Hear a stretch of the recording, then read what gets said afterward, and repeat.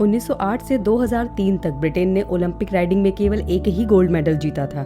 2003 तक किसी भी ब्रिटिश साइक्लिस्ट ने कोई भी इवेंट नहीं जीता था, यहाँ तक कि उन्होंने साइकिलिंग की biggest race tour de France में भी बहुत खराब प्रदर्शन किया था। यूरोप की टॉप बाइक बनाने वाली कंपनी भी ब्रिटेन को बाइक नहीं बेचना चाहती थी, क्योंकि उन्हें लगता था कि इससे उनकी रेपुटेशन खराब होगी। 2003 में एक दिन ब्रिटिश साइकिलिंग की किस्मत बदल गई। ब्रिटेन गवर्नमेंट ने डेव ब्रेल्सफोर्ड को हायर किया। उनकी कोचिंग स्टाइल उनको बाकी सबसे अलग बनाती थी। उनका थीम था the aggregation of marginal gains, यानी हर छोटी से छोटी चीज में इम्प्रूवमेंट करने की कोशिश करना। अपनी टीम में स्मॉल एडजस्टमेंट करके उन्होंने अपनी स्ट्रेटेजी को स्टार्ट किया। ये चेंजेस बहुत बड़े नहीं थे, बल्कि छोटे छोटे थे, जैसे बाइक की सीट को रीडिजाइन करके ज्यादा कंफर्टेबल बनाना, जिससे प्लेयर अपनी पूरी स्ट्रेंथ को यूज कर सके। टायर पर बेटर ग्रिप के लिए अल्कोहल रब करना, सही मसल्स टेम्परेचर मेंटेन करने के लिए इलेक्ट्रिकली हीटेड ओवर शॉर्ट्स पहनने को बोला, और बहुत कुछ जो अपने आप में बहुत छोटे चेंजेस थे।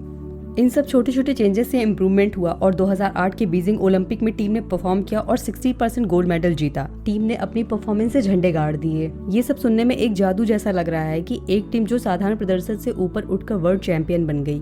पर जब चेंजेस बहुत छोटे होते हैं, जैसे कि अगर आप एक साल के लिए हर दिन 1% बेहतर करते हैं, तो जब आप काम पूरा कर लेंगे तब तक आप 37 गुना बेहतर हो जाएंगे। इसके विपरीत यदि आप एक साल तक हर दिन 1% खराब होते जाते हैं, तो लगभग आप शून्य हो जाएंगे। समझने वाली बात यह है कि 1% इम्प्रूवमेंट काफी स्लो होता है, पर एक लंबे टाइम के लिए कोई भी काम करने पर अधिक फायदा होता है।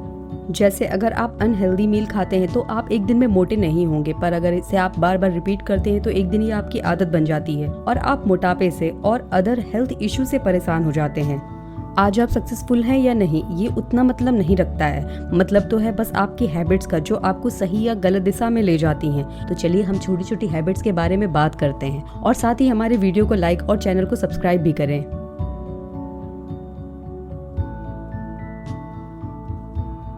किसी बुरी आदत को छोड़ना इतना मुश्किल क्यों है और अच्छी हैबिट जल्दी से अपनाई क्यों नहीं जाती है? हम लाख कोशिश कर ले बुरी आदतों को चेंज करने की, लेकिन अक्सर हम फेल हो जाते हैं, और इसके दो रीजन हैं। पहला, हम गलत चीजों को बदलने की कोशिश करते हैं, और दूसरा, हम अपनी हैबिट्स को गलत तरीके से बदलने की कोशिश करते हैं। हम हमेशा आउटकम पर फोकस करते हैं, न कि इस बात पर कि हमारी आइडेंटिटी क्या है, मतलब हम अपने आप को क्या मानते हैं। आउटकम का मतलब है कि आप क्या पाना चाहते हैं, प्रोसेस हम क्या स्टेप्स लेते हैं, और आइडेंटिटी का मतलब है कि हम अपने आप को क्या मानते हैं। आप इंटरनली मोटिवेट तब होते हैं जब कोई हैबिट आपकी आइडेंटिटी यानी कि पहचान बन जाए। इसलिए अगर आप अपनी आदतों को बदलना चाहते हैं तो बेटर वे ये है कि आप जो अचीव करना चाहते हैं उस पर फोकस न कर इस बात पर फोकस करें कि आपकी आइडेंटिटी क्या है, मतलब कि आप क्या बनना चाहते हैं। आइए हम इस बात को एग्जाम्पल से समझते हैं। दो दोस्त हैं और दोनों ही सिगरेट छोड़ना चाहते हैं। एक को जब सिगरेट ऑफर की जाती है तो बोलता है नो थैंक्स, मैं सिगरेट छोड़ने की कोशिश कर रहा हूँ। मतलब कि पहला दोस्त अभी भी अपने आप को स्मोकर मानता है, यानी उसकी खुद की पहचान एक स्मोकर की है, और वो एंड रिजल्ट के बारे में बताता है। वहीं दूसरे दोस्त को जब सिगरेट ऑफर की गई तो वो बोलता है नो थैंक्स, मैं सिगरेट नहीं पीता। इस बार आदमी की खुद की आइडेंटिटी यानी कि पहचान चेंज हो गई और वो खुद को स्मोकर नहीं मानता। आप अपनी नई पहचान के बारे में जितना ज्यादा प्राउड फील करेंगे, नई हैबिट बनाना उतना ही आसान हो जाएगा।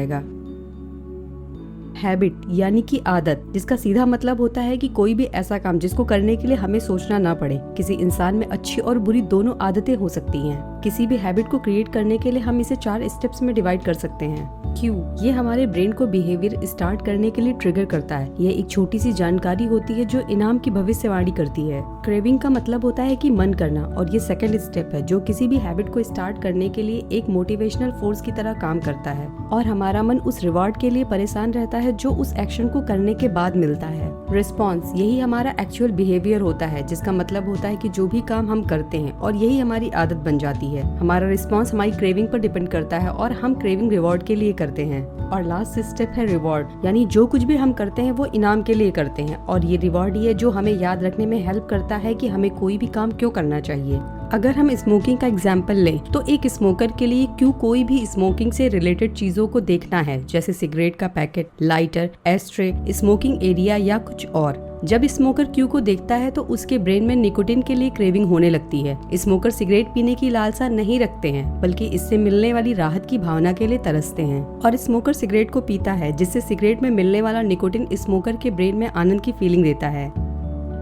नई हैबिट्स बनाने से पहले हमें अपनी करंट हैबिट्स पर ध्यान देना होगा। वैसे ये थोड़ा मुश्किल है क्योंकि ये इतनी पुरानी होती है और साथ ही ये ऑटोमेटिक बन जाती है। सबसे इम्पोर्टेंट ये है कि इसके बारे में अवेयर होना, और ये करने के लिए आपको अपने डेली हैबिट्स की एक लिस्ट बनानी होगी। जब आपकी लिस्ट बन जाए तो उसे 3 पार्ट्स में डिवाइड कर दीजिए, अच्छी, बुरी और नेचुरल हैबिट्स। बिहेवियर चेंज का प्रोसेस हमेशा अवेयरनेस से स्टार्ट होता है।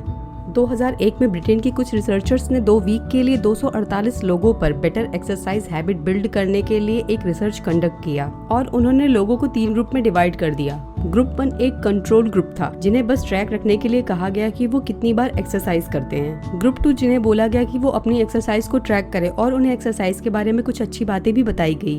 ग्रुप 3 के लोगों को भी एक्सरसाइज ट्रैक करने को बोला गया और उन्हें ये भी प्लान करने के लिए बोला गया कि उन्हें कब और कहाँ एक्सरसाइज करना है, इसे और डिटेल में लिखने को बोला गया। जैसे मैं नेक्स्ट वीक में एटलीस्ट 20 मिनट की हार्ड एक्सरसाइज करूंगा इस जगह पर और इस टाइम पर। जब रिजल्ट आया तो पहले और दूसरे ग्रुप में से 35 से 38% लोगों ने ही वीक में एटलीस्ट एक बार एक्सरसाइज किया, और उन्हें एक्सरसाइज के बारे में जो अच्छी बातें बताई गई थी उसका भी बहुत ज्यादा फर्क नहीं पड़ा। लेकिन थर्ड ग्रुप में से 91% लोगों ने वीक में एटलीस्ट एक बार एक्सरसाइज किया। थर्ड ग्रुप के लोगों ने जो भी एक्सरसाइज के बारे में डिटेल से बातें लिखी थी, रिसर्चर्स उन्हें इम्प्लीमेंटेशन इंटेंशन कहते हैं, और ये भी प्रूव हुआ कि इम्प्लीमेंटेशन इंटेंशन से हमें अपने गोल से कनेक्ट रहने में हेल्प मिलती है। कई लोग कहते हैं कि उनके पास कोई मोटिवेशन नहीं है, लेकिन सच ये है कि वो अपने गोल को लेकर क्लियर नहीं होते हैं। बिहेवियर का फर्स्ट लॉ है इसे ऑब्वियस बनाना, मतलब कि इसे आसान बनाना। ऑब्वियस होने का एक प्रैक्टिकल तरीका है आपको अपनी हैबिट्स के लिए क्लियर क्यों मिल सके, और आप एक प्लान डिजाइन करें कि आपको कब और कहाँ एक्ट करना है। जैसे डेली आपको 8 बजे एक्सरसाइज रूम में एक्सरसाइज करनी है। आयरलैंड के एक इंजीनियर स्टूडेंट को नेटफ्लिक्स देखना बहुत पसंद था, लेकिन उसे पता था कि उसे एक्सरसाइज भी करना चाहिए। तो उसे एक आइडिया आया। उसने एक कंप्यूटर प्रोग्राम से एक्सरसाइज मशीन को अपनी लैपटॉप से जोड़ दिया। जब वो मशीन पर एक मिनिमम स्पीड पर पहुंच जाता तभी वो नेटफ्लिक्स को यूज कर पाता। इस बात से ये क्लियर होता है कि जो काम आपको करना जरूरी है उसे उस काम से कनेक्ट कर दीजिए जो काम आपको करना अच्छा लगता है। हम ऐसा कोई भी काम करना पसंद नहीं करते जो कि अनअट्रैक्टिव हो। जैसे कोई भी स्टूडेंट डेली 8 घंटे पढ़ने की हैबिट बनाना चाहता है, और वो पहले दिन से ही अगर 8 घंटे का रूटीन सेट करेगा तो वो उस हैबिट को नहीं बना पाएगा, क्योंकि ये करना उसके लिए अनअट्रैक्टिव है। इसलिए जो भी काम आप करना चाहते हैं उसे पहले थोड़े से स्टार्ट करें और अपने लिए पहले उसे अट्रैक्टिव बनाएं, और साथ ही ऐसा कल्चर ज्वाइन करें जहाँ आपकी अच्छी हैबिट्स को इनकरेज किया जाए। जैसे एक स्टूडेंट के लिए अच्छा कल्चर एक ऐसा फ्रेंड सर्कल हो सकता है जो अपना सारा फोकस पढ़ने पर लगाता है, और साथ ही किसी भी अच्छी हैबिट्स को बनाने के लिए वर्ड पावर भी बहुत इंपॉर्टेंट होती है। थोड़े वर्ड्स चेंज करके आप अपना माइंडसेट पॉजिटिविटी की तरफ ले जा सकते हैं। जैसे मुझे काम पर जाने के लिए उठना है कहने की बजाय आप बोल सकते हैं मैं इसलिए उठता हूँ कि मैं काम पर जा सकूँ और अपने करियर को आगे बढ़ा सकूँ।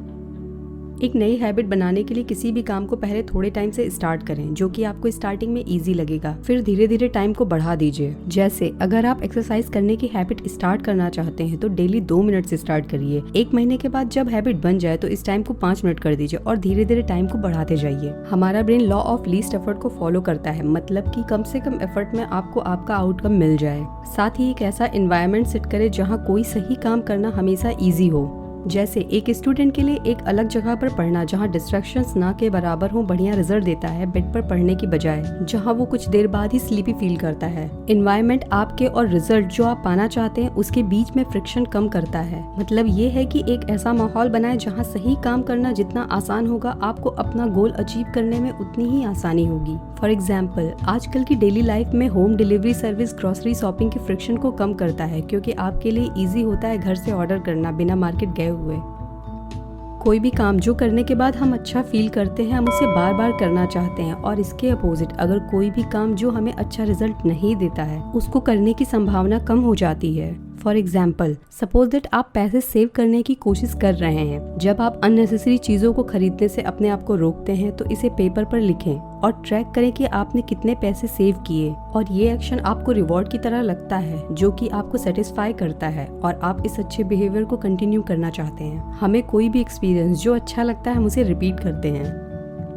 जैसे हम अच्छी हैबिट्स बनाने के लिए 4 laws make it obvious, attractive, easy and satisfying को फॉलो करते हैं, उसी तरह बुरी आदतों को छोड़ने के लिए भी हमें 4 laws make it invisible, unattractive, difficult and unsatisfying को फॉलो करना है। जैसे आपको ओवर ईटिंग की हैबिट है और आप इसकी वजह से अनहेल्दी लाइफस्टाइल जी रहे हैं, तो सबसे पहले आप क्यू जैसे कोल्ड ड्रिंक जो आप फ्रिज के फ्रंट डोर में रखते हैं और आपको गेट खोलते ही दिखता है, या तो उसे वहाँ से हटा दीजिए या फिर थोड़ा अंदर रख दीजिए, जिससे क्यू ऑब्वियस नहीं होगा और आपको क्रेविंग नहीं होगी। आप अपने आप से बोलें कि कोल्ड ड्रिंक से हमें केवल एक्स्ट्रा कैलोरीज मिलती है और कार्बोनेटेड वाटर लॉन्ग टर्म में हमारे हेल्थ को डैमेज करता है। ऐसा करने से आप इसे अनअट्रैक्टिव बनाते हैं। फ्रिज में अंदर की रैक में रखने से जब आप इसे निकालते हैं तो आपको एफर्ट लगाना पड़ेगा और इसे आप मेक इट हार्ड में कन्वर्ट कर देते हैं। कोल्ड ड्रिंक के हेल्थ इफेक्ट्स आपको इसे नॉन सेटिस्फाइंग भी बनाते हैं। इस तरह आप 4 लॉज फॉलो करके अपनी बैड हैबिट्स को ब्रेक कर सकते हैं। अपनी बुरी आदतों को बंद करें और अच्छी आदतों को अपने जीवन का हिस्सा बनाएं।